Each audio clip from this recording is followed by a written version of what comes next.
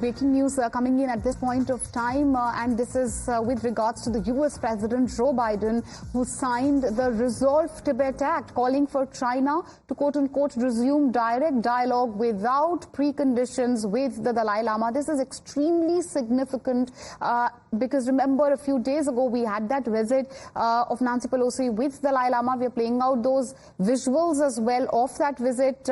This development obviously is likely to irk China, and it's a very significant statement because it's the U.S. which is making its stand clear when it comes to the issue of Tibet. Ankit joining us with more on the same. Yes, Ankit, over to you. I'm just going to read the statement out, Meenakshi, and it's from the U.S. President Joe Biden. Today I have signed into law the promoting a resolution to the Tibet-China Dispute Act. I share the Congress's bipartisan commitment to advancing the human rights of Tibetans and supporting efforts to preserve their distinct linguistic, cultural and religious heritage. My administration will continue to call on the People's Republic of China to resume dialogue without preconditions with the Dalai Lama or his representatives to seek a settlement that resolves differences and leads to a negotiated settlement on agreement, on Tibet. The act does not change long-standing bipartisan U.S. policy to recognize the Tibet Autonomous Region and other Tibetan areas of China as part of the People's Republic of China, a policy decision that falls within my authority to recognize foreign states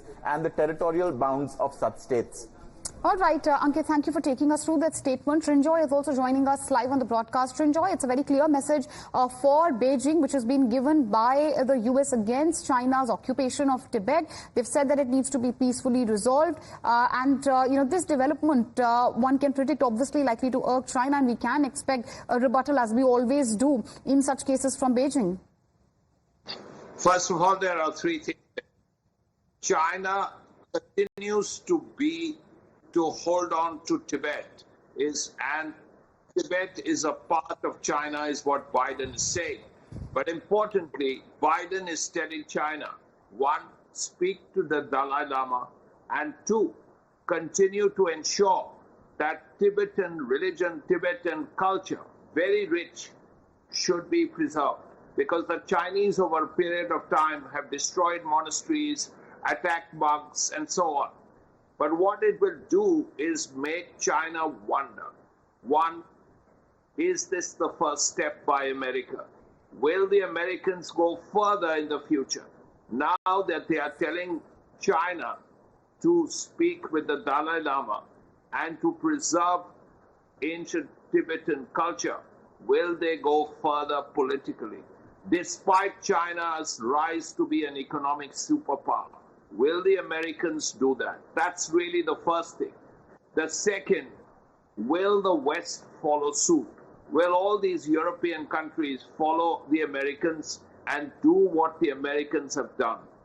Now, if that happens, if this entire bloc of 30 countries do so, which is perhaps over 1 billion people, how will the Chinese react? That's a very important step, and we will have to see how the Chinese react, as you rightly said. And it's not just the West. How will Japan react to it? How will Australia react to it? How will South Korea react to it? These are things that the Chinese will wonder. And this is going to irk them. About that, there is no dispute.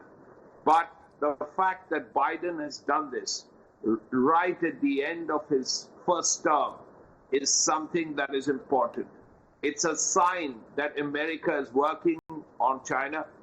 It's a sign that America, despite China's rise to be an economic superpower and all the economic links that America has to it, it wants to cut down China in some ways.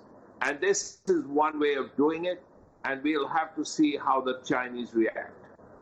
Well, absolutely, Srinjoy. We'll have to wait and watch how the Chinese react, but certainly it's a strong and a tough message which is being sent to China by the U.S.